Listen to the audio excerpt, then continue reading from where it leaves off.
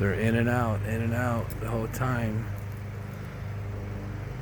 Doing orientation flights, getting to know where their new home is.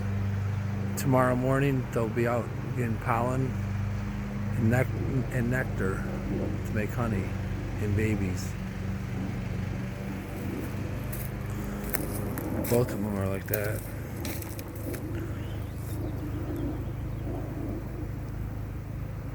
I could see them bringing in pollen right now. On their legs, there's little white spots. And that's pollen that they're getting.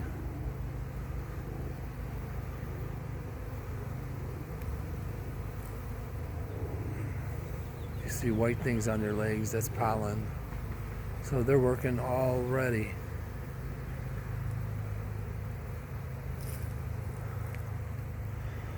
They're doing good. Good bees. I got all my fruit bushes around the hives. And want to see if it makes a difference in my yield of fruit. Blueberries, haskell's, and cherries.